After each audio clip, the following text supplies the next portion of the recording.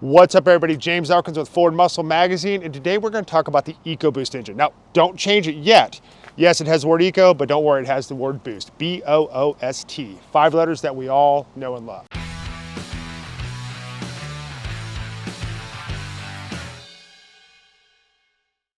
Now, we've seen a huge surge in aftermarket products for the EcoBoost platform. It's no surprise. You can make surprisingly high horsepower numbers with just bolt-ons. And I'm definitely a fan of bolt-ons just as much as the other guy. However, are you taking full advantage of the horsepower numbers they rate them at without a tune? The simple answer is no. You could just be throwing money away, or even worse, damaging your engine. So we're here at COBB today to understand the importance of tuning an EcoBoost platform.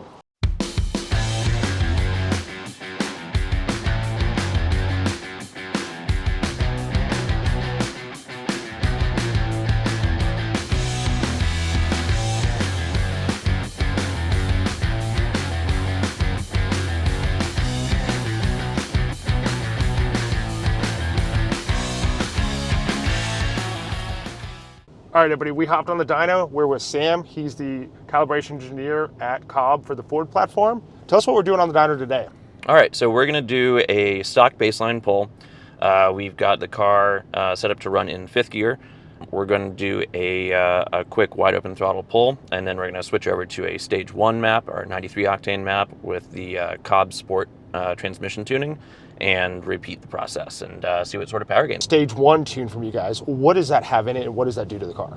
So we're adjusting basically every system within the engine controls and a variety of systems within transmission controls as well.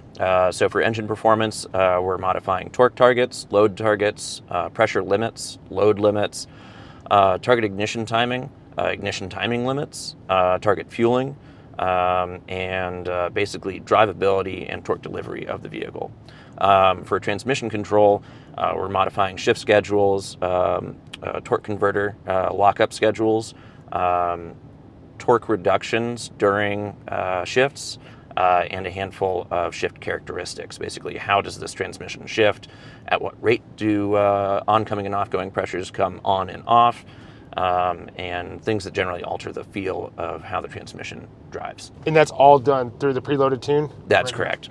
Awesome. And these are the canned tunes, or these are custom tunes you created for customers? These are the OTS maps. These are going to be preloaded on every Accessport that you purchase for your Explorer ST, and they are set up to be safe and compatible for every customer's vehicle. They are designed for a mechanically stock car, so stock intake, stock intercooler, stock exhaust, stock turbos, stock fuel components. But there are 3 different octane versions for most of these maps: 87 octane, 91 octane, 93 octane. So wherever you are in the country, you're going to have a safe fuel version for whatever you're running. Gotcha. Well, let's let it rip. All right.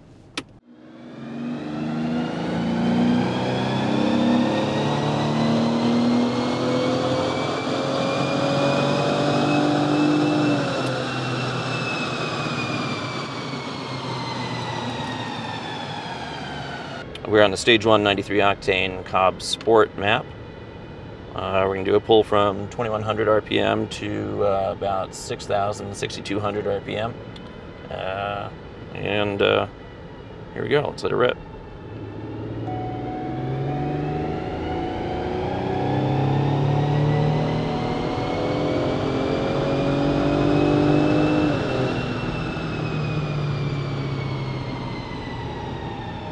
So we saw some huge improvements going from the base to the stage 1 COBB tune on there. What kind of numbers are we looking at here? So we're going from a baseline of about 336 wheel horse up to 385, tuned on the stage 1 93 octane map. Torque goes up a similar margin by going from 401 wheel torque to 452 wheel torque. So we've got a really nice gain throughout the power band. And up by redline, we're looking at ballpark about 60 horsepower over stock. And when we think about where we're operating when this wide open, when we're doing a wide open throttle pull with an automatic transmission, especially at 10 speed, the power band between, say, 5,000 RPM and redline is going to be the most important part, and that's where we're seeing the biggest gain. Now, being that this is an EcoBoost powered vehicle and Ford has multiple different EcoBoost platforms, is this kind of the same architecture you see? We definitely take a similar approach to how we want to modify the calibration for each of these vehicles. There are obviously good decisions and bad decisions. The control strategy is very similar across different model years. If there are mechanical differences, say a pneumatically controlled wastegate as opposed to an electronically controlled wastegate, you end up having different tables and different monitors that you're watching. But generally speaking, in terms of how I'm requesting torque, how I'm limiting torque, how I'm limiting load, I've got a lot of the same tools in the toolbox across multiple vehicles. So when it comes to Explorer, what we're really trying to do is produce a very flat torque curve, or as flat as possible. We don't want to spike torque at all. We don't want environmental conditions to be really changing how the vehicles be operating too much. We have a lot of temperature-based, barometric pressure-based compensations that work into boost control, and even for some aspects into ignition timing and torque targeting. So what we're trying to do is produce some nice gains. We want to see what sort of timing we can add. We play around with fueling to see what sort of AFRs it seems to settle in nicely at, where it's not knock prone, and where it's not overly rich, where it's just going to be killing power. Well, that concludes my time at COBB Tuning. I hope you all have liked this video. And wait a second, we haven't even gone for a drive yet. You're right, let's go.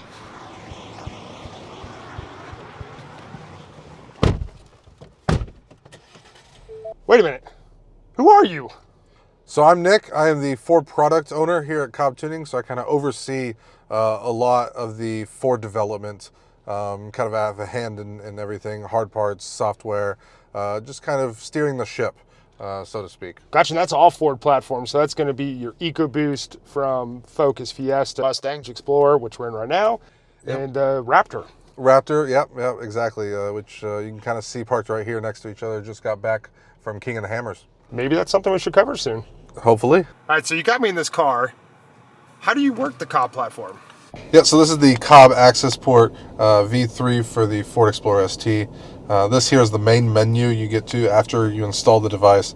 Got a few different features here. You've got gauges, performance, which has like 0 to 60, quarter-mile timers, stuff like that. Troubleshooting, so you can read any check engine lights, clear them, just a useful diagnostic tool.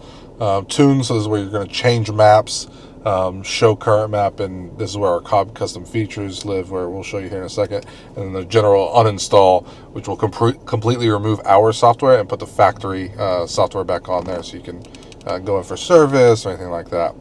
So the gauges here, you're going to see it's going to recognize and read the ECU, and then you'll have the ability to choose anywhere from 1 to 6 different gauges at a time. 3, 2, 1, boom. Here we've gone with 3 with that correspond to a bar graph, and you've got a shift light here even that'll show up at red line. And you have the ability to configure these however you want, so you can always change these. And you'll notice, I mean, the list is, this started out at K, and there's a pretty good amount. So anything you could ever want to monitor and more exist all within this device, and all come natively here. The performance, as I said, 0 to 60 quarter miles, so very similar to a Draggy, but just not satellite operated. Here you've got your troubleshoot, so you can read codes, reset ECU to clear them, unsupported, so if you're a customer that has a brand new car and a ROM that we haven't added yet, here you'll have the ability to dump that and send it to us so we can get you added and supported, and you can see all the different options. And then over here in the tune, as I said, you got your change maps. So if you go from a stage 1 to stage 2, you've just put on some new mods, or you've got a custom tune revision, you can edit that right there and swap over. You can show current map, so we can see what the car is actually running currently. And then you've also got the adjustments, which is where our COBB custom features live. So for the Explorer here, we've got a few different options. The auto start stop disable, so you can have that disabled and it will continue through key cycles. Dynamic pedal control, which is your adjustable throttle sensitivity, but it's actually going a step further on top of the factory software, so you can get real wild or real soft. You've got anywhere from -5 to a +10 adjustment, so a real good range there. Set tire size, obviously you can change your tire size for if you put on some big beefy buddies or something. And then a valet mode that'll restrict speed and accelerated pedal position to kind of prevent abuse of your car. And so we've just got that and the uninstall. Well, let's go for a drive. All right.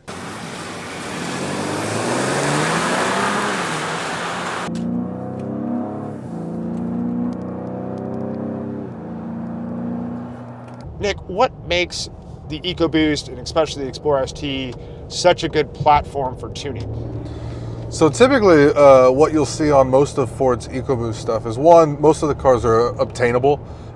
They kind of have different cars and different price points. So maybe as you're starting your car journey as a young kid, you can get into Fiesta or Focus, but they carry that same lineage and EcoBoost turbo platform up as you go into something like this, a much larger car that can maybe hold your family better.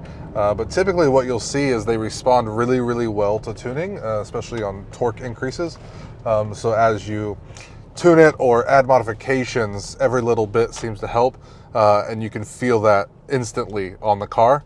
And with our stuff, you can do it at home and by yourself. So super attainable, super accessible, and kind of the best bang for your buck as far as modifying platforms go. That's my next question is, where is the best place to start for tuning? So obviously with our solution, it's a handheld unit where you have all the maps, all the accessibility, all the custom features that we offer in your hand. So you don't have to go to a pro tuner unless you've kind of modified wildly or beyond our path. But you can install it at home. You can start right there. We offer maps for just stage 1, which is essentially our take on a stock car. And then as you go through the process and modify with intakes or intercoolers, we provide off-the-shelf maps that correspond to those as well. So you don't have to, repay for a tune every single time or schedule time out, take time off, all that. You can just flash it, and then within a couple minutes, you're now on the next corresponding tune. Gotcha. So super easy, and that's really the best way to kind of dip your toes into the tuning realm without kind of going full bore or not enough. Now, we saw on the dyno that we did see gains on a bone stock vehicle. Do those gains get higher with modifications as well? Or is it just maximizing the potential of each product you put on there? So typically you will see some increases as you change tunes to correspond to modifications, and every car is a little different. I think in the EcoBoost platform, its main kind of part that kind of assists in every increase is going to be the intercooler. Ford's strategy is really air charge temperature dependent. You'll see some increases there. So that's usually the limiting factor. It's been the case in the Focus and the Fiesta and the Mustang, and as such as here. Obviously this one's stock, so we couldn't get too crazy. But I think if you reach out to like our Pro Tuner network that can custom tune vehicles, a lot of them do put on intercoolers and see an increase even over our stage 1 off-the-shelf map. Got you. Now let's switch gears for a second, Yeah. no pun intended, but transmission controls as well?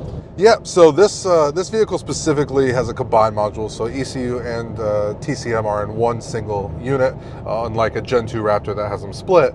But this we do have maps that offer transmission tuning. We have an OEM Plus, which is kind of just a little bit of a cleanup compared to the rough shift points, rough shift behavior, and then we've got a Sport, which is more aggressive for kind of spirited driving. Spirited driving, there we go. Now, outside of the performance and the transmission shifting, everything else, are there creature comforts like turning off the auto start stop feature that we all hate and don't know why it exists? Yeah. So we do offer that on this and a couple others. You do have the ability from the Accessport natively to disable the auto start stop functionality. And it will persist through key cycles, so you don't have to do it every single time. We've also got the ability for a dynamic pedal control, which is kind of like what you would think of adjusting sensibility or sensitivity of the accelerator pedal, but we've actually done it on a software level on top of Ford's stuff. Nice. So typically when you see like a controller that plugs in, that's still limited to what the ECU is commanding.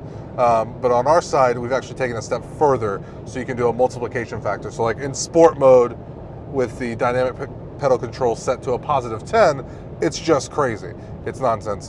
Default on our OTS map is 0, but a user does have the ability to adjust it from positive 10 down to a negative 5 value. Gotcha. Awesome stuff. A valet mode as well. A valet mode, okay. Valet mode, so that will limit speed to about 45, 50 miles an hour. It'll limit boost pressure and limit how hard they can throttle, just to kind of, you know. Sounds like the perfect prank for somebody that's hopping in my car to go, what is wrong with this? Yeah, that's definitely a safeguard that, you know, if you like your tires or like your vehicle and don't want a random stranger abusing it, super quick and easy, simple thing to do. Nick, thank you so much for a fun ride. I see definitely the COBB Accessport giving it the horsepower it needs, and this belongs on the street, not so much the dyno, but it was a lot of fun. If you have an EcoBoost platform and you want to get it tuned, check out COBB. They've been around for 25 years now, and on top of that, they've been doing the EcoBoost since Ford started it. Once again, thanks for having us.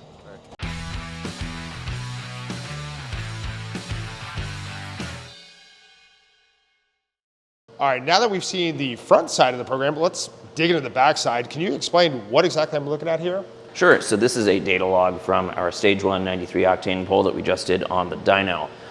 These are the engine parameters, some 400 or so that we have available for tuners and customers alike to data log and watch on the Accessport. But these are some of the sort of real core parts of what the EcoBoost control strategy is doing and what I as a tuner am going to be looking for while developing a calibration.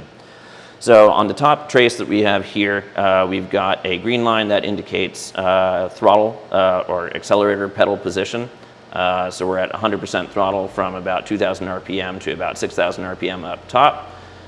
This blue line here is our AFR trace. We're starting around in about the mid-12s or so at lower RPM and working that up to about 11.5 by red line. And this is on an E10 pump gas. The second trace that we're looking at here is our load curve. So we have a desired load, that is our target load in red, and then we have the actual load, which is our line in white. So load is our best representation, or the first translation of what the torque model is going to be doing. We have a target torque that goes through the torque model and translates into a target air mass. Load actual is going to be your representation of that target air mass in a mass per stroke per cylinder sort of perspective. Gotcha.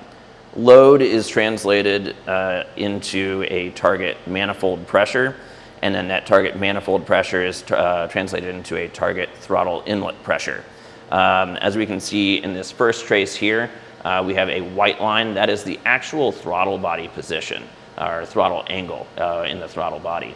So when we have, in order to achieve very specific target air mass, we have the authority of the throttle to trim a little bit of boost off, depending on how high of a pressure signal the throttle inlet pressure sensors are giving. And that produces a really reliable, smooth power curve. Okay. And believe it or not, doesn't cause that much of a power drop from maybe 20% throttle decrease. Then this third curve here, we have what people really are going to be caring about, and that's our boost pressure curve. Now, it's worth noting that depending on the conditions that you're operating the vehicle in, specifically what sort of ambient air temperatures and barometric pressures that you're going to be seeing, you can see a very significant swing in the amount of boost pressure that will be commanded and produced by not only the Explorer, but other EcoBoost applications. So in that we're operating in pretty favorable conditions right now. We've got a starting boost pressure once it comes up and spools up right around about 16.5 pounds. We start that and then we taper up starting at about 3,000 RPM, taper that up to about a peak of 20.5 to maybe 21 pounds right about by 4,600 RPM. And that sort of taper up is designed to produce as flat of a torque curve as possible. We really want to protect the bottom end, the rods, the pistons from running a ton of boost down low and producing some sort of boost spike, which will just produce a ton of cylinder pressure. So we taper boost in as the engine speed increases, and then once we get to this sort of inflection point around about 4,600 RPM, we start to actually taper boost back down towards red line. And by redline, we're sitting at around, anywhere from 18 to 19 pounds or so.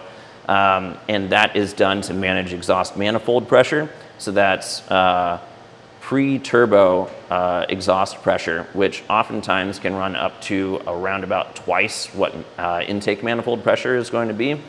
So that's a really huge factor for engine safety and engine longevity for that matter.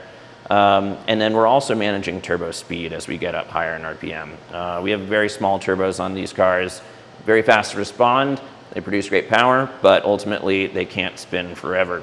So in order to manage turbo speed, we're gonna decrease our load and target pressure and torque targets so that we keep turbo shaft speed in check. So depending on the sort of ambient conditions, you can expect a few PSI swing about the values that I've just quoted you here. But yeah, it produces a pretty reliable, nice power band, very useful, a lot of power, especially right up at redline and in the top 1,000 RPM or so of the power curve. So this white curve here is basically final ignition timing, and this red trace here is ignition timing correction. So the EcoBoost timing strategy is pretty interesting.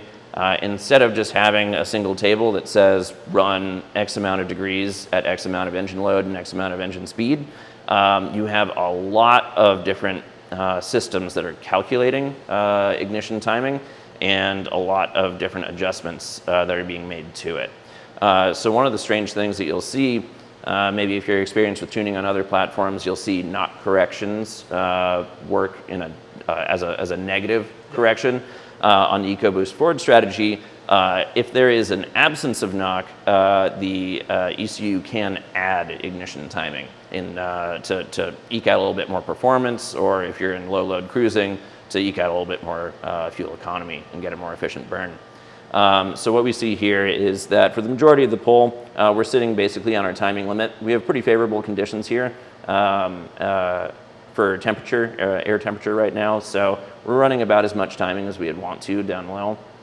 And then as charge air temperature increases, I'll actually pull up that trace because it's a pretty drastic increase with the stock intercooler. So yeah, this red trace down here is charge air temperature. So we're starting here around upper 80s, I believe. My eyes don't deceive me. And then by the time we're done with the pull, we're up to 160 degrees charge air temperature. So really testament, and we have a really nice fan here that's putting out a ton of air at standard temperatures and pressures about 32,000 CFM. And even with that blasting 2 feet away from the nose of the Explorer, we're still getting, a massive, 70-degree increase in air temperature. So as part of that, we set up timing compensations to work based on charge air temperature. So that's going to start pulling out a little bit of timing. If you were to bolt on an intercooler and you were able to maintain a nice flat charge air temperature, you'd likely see a small increase in the amount of boost pressure that you're going to be commanding in certain parts of the rev range, and then also a significant bump in ignition timing. And since what we're running up here is in the ballpark of 4 to 5 degrees, which really isn't much timing, it's a very safe timing curve, having an extra degree, having an extra degree is probably worth 5 to 10 horsepower. 2 degrees, 15 to 20. So with the EcoBoost platform being so huge, there has to be an importance in tuning them with aftermarket mods and stock. Can you go a little bit into depth on that? Yeah, so if you're just trying to bolt parts onto your car, whether it's an intake, maybe an intercooler or a catback, this is a nice platform in terms of it's not math-based. If you throw on an intake, it's not going to totally screw up your fueling or load calculation for that matter. However, since it is a torque-based vehicle, the way that torque targeting works is that it is targeting a specific amount of air mass. So if you bolt on an intercooler or you bolt on an intake or an exhaust, and these things allow for greater flow into the engine or the ECU is going to be able to calculate, well, I've already taken in as much airflow as I want. We're going to reduce pressure requests. Okay. We're going to cut back on wastegate position or wastegate duty cycle because we've already gotten the torque that we requested. So the importance of tuning for this sort of thing is not only, well, hey, on a stock vehicle like we're about to show you, you can have some really impressive power gains. But if you want to take advantage of your physical modifications that you're installing to your vehicle, making sure that you're increasing your torque requests and increasing your airflow requests is key to making those parts work. So if somebody was to start wanting to modify their car, whether it be with bolt-ons or a tune or both, what's the best place to start on the tuning side? Tuning side, we offer a really great solution. If you have a mechanically stock car, we have our Stage 1 OTS maps. If you have an intake installed or you have a catback installed, or even an intercooler in most cases, you can throw on the Stage 1 map and it's going to be safe to run with your vehicle. If you have further modifications or you want to grow the power of the vehicle even further, or even just customize the driving feel of the car, we also have an extensive Pro Tuner network that can use our tuning software, the same stuff that we're using in-house here to develop our OTS maps, to develop a custom calibration for your car, your fuel, and your modifications. Those can yield some really positive results even above what we're offering on our OTS maps. Yeah, at that point, it's just what else do you want to do to your car?